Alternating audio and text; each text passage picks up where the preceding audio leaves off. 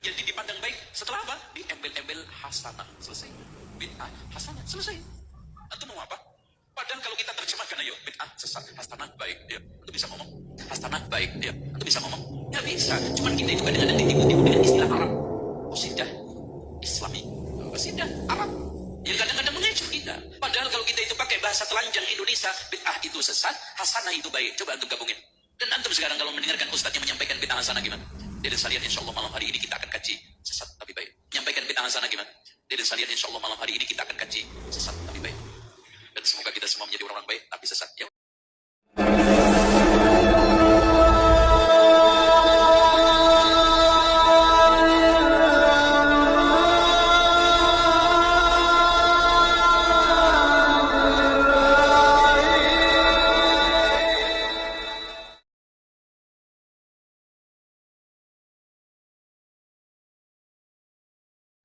Assalamualaikum warahmatullahi wabarakatuh. Bismillahirrahmanirrahim. Alhamdulillahirabbil alamin.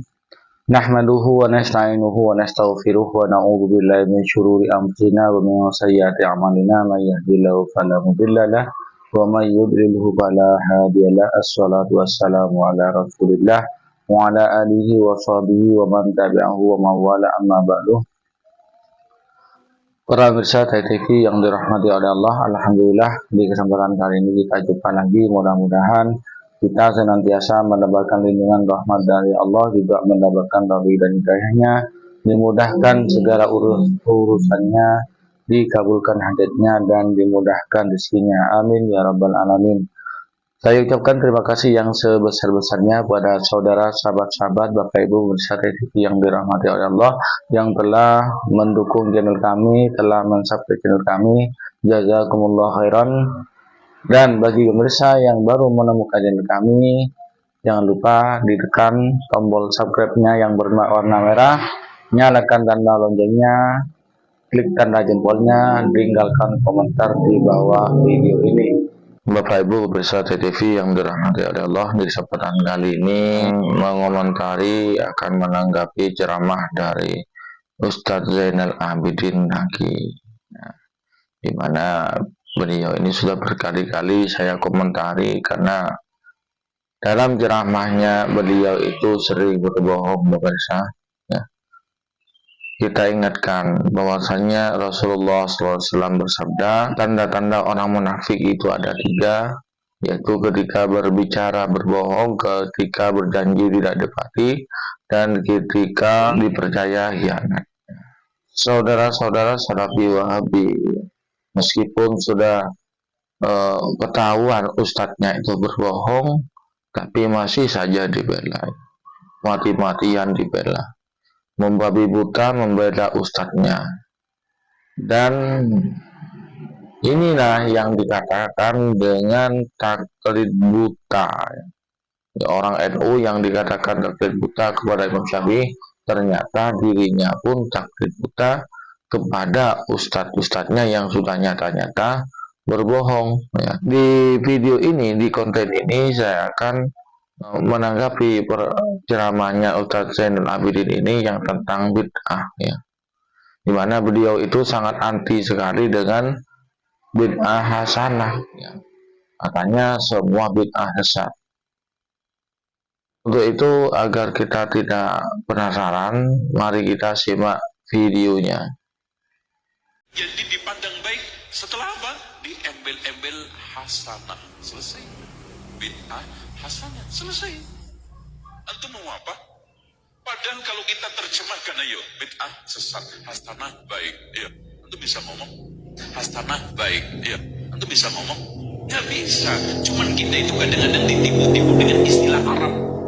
Qasidah Islami. Qasidah Arab. Yang kadang-kadang mengecoh kita. Padahal kalau kita itu pakai bahasa telanjang Indonesia, bid'ah itu sesat, hasanah itu baik. Coba antum gabungin. Dan antum sekarang kalau mendengarkan ustadznya menyampaikan bid'ah hasanah gimana? Jadi sekalian insya Allah malam hari ini kita akan kaji sesat tapi baik. Menyampaikan bid'ah hasanah gimana? Jadi sekalian insya Allah malam hari ini kita akan kaji sesat tapi baik. Dan dan semoga kita semua menjadi orang-orang baik, nabi sesat. Ya. Menurut beliau itu tidak ada bid'ah hasanah, kan diterjemah satu kata ya. Menurut ulama salaf, di sini saya akan mengutip pendapat dari Imam Syafi'i rahimahullah alaihim, bahwasanya bid'ah itu al-bid'atu bid'atani. Menurut Imam Syafi'i, bid'ah itu ada dua macam, mahmudatun wa mazmumatun. Itu yang terpuji, yaitu bid'ah hasanah, dan mazmumatun, dan yang tercela, artinya bid'ah dolalah. Yang bid'ah mahmudah yaitu fama wa faqal kitab wa sunnatah fawa mahmudatun. Maka bid'ah yang tidak bertentangan dengan Al-Quran dan Sunnah itu bid'ah yang terpuji atau disebut dengan bid'ah hasanah. Dan yang mengatakan bid'ah hasanah pertama kali itu adalah Sayyidina Umar radhiyallahu anhu. Telah beliau itu berhasil jadikan sholat tarawih itu berjamaah, beliau itu berkata, nikmatil bid'atu hadi, sebaik-baik bid'ah ini. Nah, itu yang dilakukan oleh Sayyidina Umar. Kemudian yang bid'ah dolalah yaitu fama khalafal kitab wa sunnata fahuwa mazmumatun.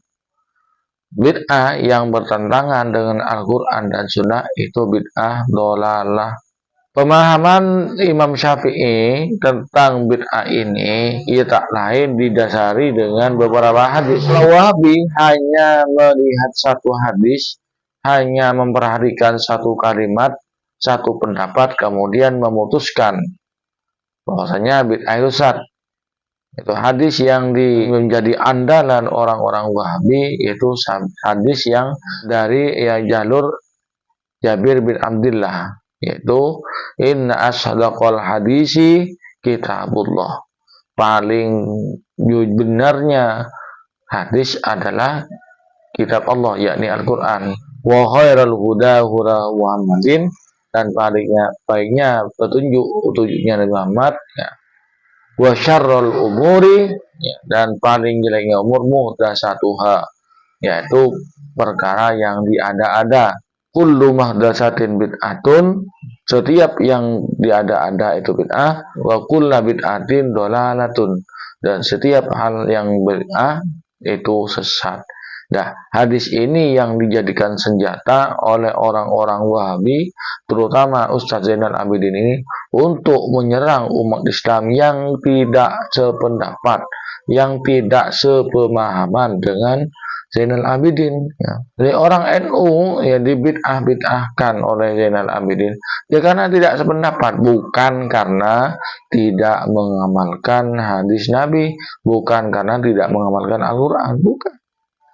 Karena sejatinya yang diamalkan oleh orang-orang NU itu semua ada hasilnya, semua ada dalilnya, namun mereka saja yang tidak mau memahami, tidak mau mengerti, tidak mau menghargai pendapatnya orang lain. Sehingga pantesan kalau orang-orang seperti ini disebut dengan ustadz berkacamata kuda, memakai kacamata kuda. Bagaimana kuda berkacamata? Itu tidak bisa melihat ke samping ya, selalu lurus ke depan, artinya tidak memperhatikan kanan kirinya. Seharusnya ya yang baik itu ya, menurut kami, menurut saya itu ini bid'ah, tapi saya tidak menafikan atau menghormati orang yang berpendapat bahwasanya ini tidak bid'ah. Silakan laksanakan sesuai dengan pengetahuan ilmunya masing-masing. Harusnya seperti itu, baru enak didengar. Orang ini kan tidak, apa yang tidak dia setujui, ya, pokoknya tidak sesuai dengan pemahaman dia, maka dikatakan bid'ah. Padahal hadis itu bukan hanya kullu bid'atin dolalah. Ada hadis lain yang perlu kita perhatikan. Ini ada hadis sahih juga. Man sanna fil Islam sunnatan hasanatan falahu ajruha. Ya. Barang siapa yang memulai perbuatan baik Ya. Memulai ini kan berarti melakukan hal yang tidak pernah diajarkan oleh Nabi. Falahu ajruha, dia mendapat pahalanya. Wa ajru man amila ba'dahu min ghairi ayyanqusa min ujurihi syai'un. Dan pahalanya orang yang melakukan setelahnya. Dan orang yang mengerjakan pertama ini pahalanya tidak dikurangi pahalanya sedikit pun. Nah ini sehingga dari memadukan satu hadis dengan hadis yang lain ini, Imam Syafi'i menyimpulkan itu bid'ah itu ada dua, bid'ah hasanah dan bid'ah dolalah. Dan juga diambilkan dari riwayat hadis Sayyidina Umar yang mengumpulkan, yang menjadikan sholat tarawih itu berjamaah. Semua pendapat diterima, semua pendapat diperhatikan, semua pendapat diperhitungkan. Kemudian kalau orang NU itu mana yang paling masyhur, mana yang paling kuat, itu yang dipakai di antara pendapatnya para sahabat, para tabi'in, dan ulama-ulama salaf. Silakan orang-orang Wahabi itu mengatakan, oh ini bid'ah, ini bid'ah, bid'ah. Tapi jangan dipaksakan kepada orang lain. Jangan memaksakan orang lain untuk mengamalkan pendapatnya. Ya. Kita masing-masing silakan. Seperti tahlilan, kalian anggap bid'ah, ya kalian hukumi bid'ah, silakan jangan tahlilan karena menurut kalian bid'ah. Tapi jangan melarang, jangan menjelek-jelekan orang yang mengamalkan, yang melakukan tahlilan. Kita punya argumen masing-masing, kita punya pendapat masing-masing, kita punya dalil masing-masing. Seperti itu. Sya'banan bid'ah, maulidan bid'ah, silakan. Menurut kalian bid'ah, jangan dilakukan. Tapi jangan menjelek-jelekan, jangan melarang orang lain yang melakukan maulidan, rajaban, sya'banan. Silakan masing-masing. Itu lebih aman, lebih baik. Nabi itu tidak membid'ah-bid'ahkan sahabat melakukan amaliyah, suatu ibadah yang tidak diajarkan oleh Nabi. Bilal bin Rabah yang mengadakan sholat sunat setelah wudhu. Bagaimana ditanyakan Nabi? Nabi tidak mengajarkan sholat sunnah dan wudhu ini. Tidak mengajarkan Nabi. Kalau tidak diajarkan Nabi, kan menurut Wahabi kan bid'ah. Sebelum Nabi bertanya kan ini sudah melakukan. Nah ketika dikatakan, ketika begitu ditanyakan Bilal bin Rabah Nabi, amalan apa yang kau lakukan sehingga sandalmu itu, suara sandalmu itu sampai ke surga? Beliau menjawab, saya melakukan sholat sunnah dan wudhu. Ketika Nabi sudah mendengar dan jawaban dari Bilal bin Rabah ini, kemudian beliau itu mengiyakan, baru ini dikatakan sunnah taqririyah. Kalau sebelumnya disebut bid'ah.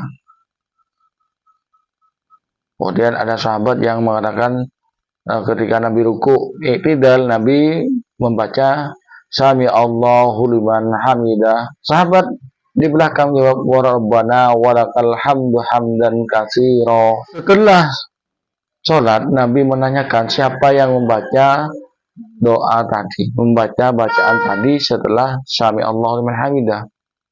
Sahabat yang baca ini ngaco, saya Rasulullah. Sebelum ini ditanyakan, sebelum Nabi ini ditanyakan, sahabat ini membaca, kan itu bid'ah. Berani sahabat mengatakan bid'ah. Tapi ternyata setelah Rasulullah menanyakan dan beliau, para sahabat ini menjawab, saya melihat 30 lebih malaikat mencatat pahalanya Rabbana walakal hamdu hamdan katsiran.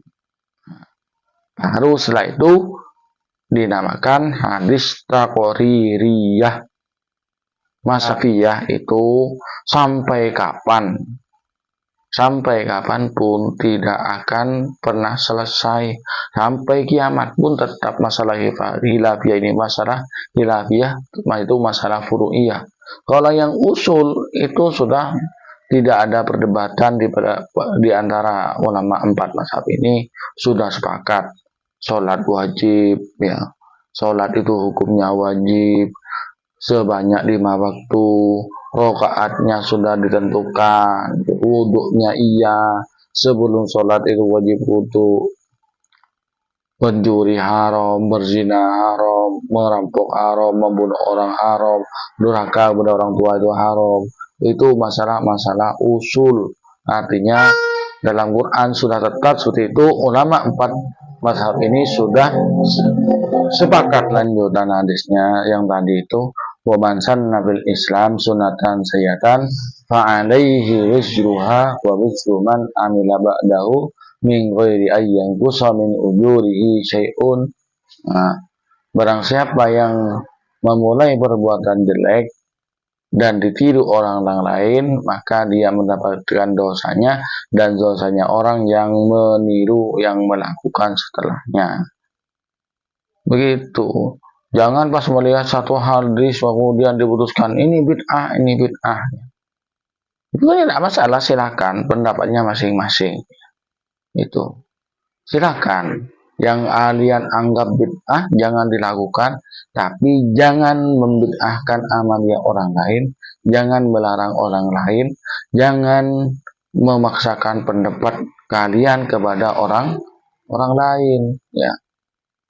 Masing-masing kita, ya, orang-orang NU, orang-orang Muhammadiyah punya dalil sendiri, punya argumen sendiri, punya hujah sendiri.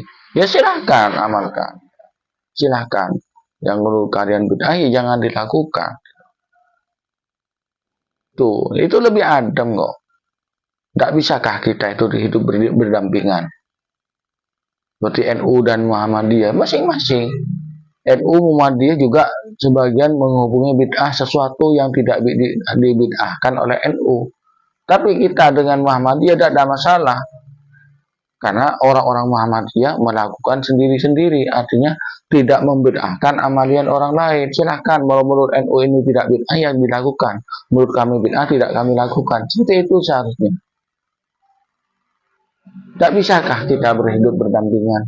Tidak bisakah kita hidup pun? Marilah untuk masalah yang sifatnya furu'iyah, yang selalu menjadi ikhtilaf, yang mana ulama selalu ikhtilaf. Mari kita kerjakan masing-masing. Yang tidak diyakini, yang diyakini bid'ah oleh orang-orang Wahabi, silakan. Menurut channel Habib Rusun ini silakan. Tapi tolong dalam menyampaikan itu yang jujur, jangan berbohong. Jangan demi merekrut anggota baru dan demi mengembangkan paham-pahamnya, mengembangkan paham salafinya, kemudian berbohong, berdusta atas nama ulama.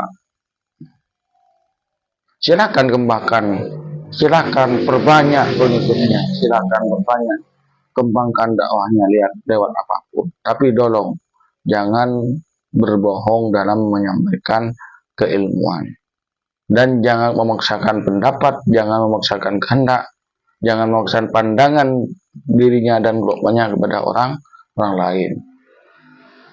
Bapak Ibu pemirsa TV yang dirahmati Allah, mungkin hanya ini yang dapat kami sampaikan. Apabila ada kesalahan dan kekurangan, mohon maaf yang sebesar-besarnya. Assalamualaikum warahmatullahi wabarakatuh.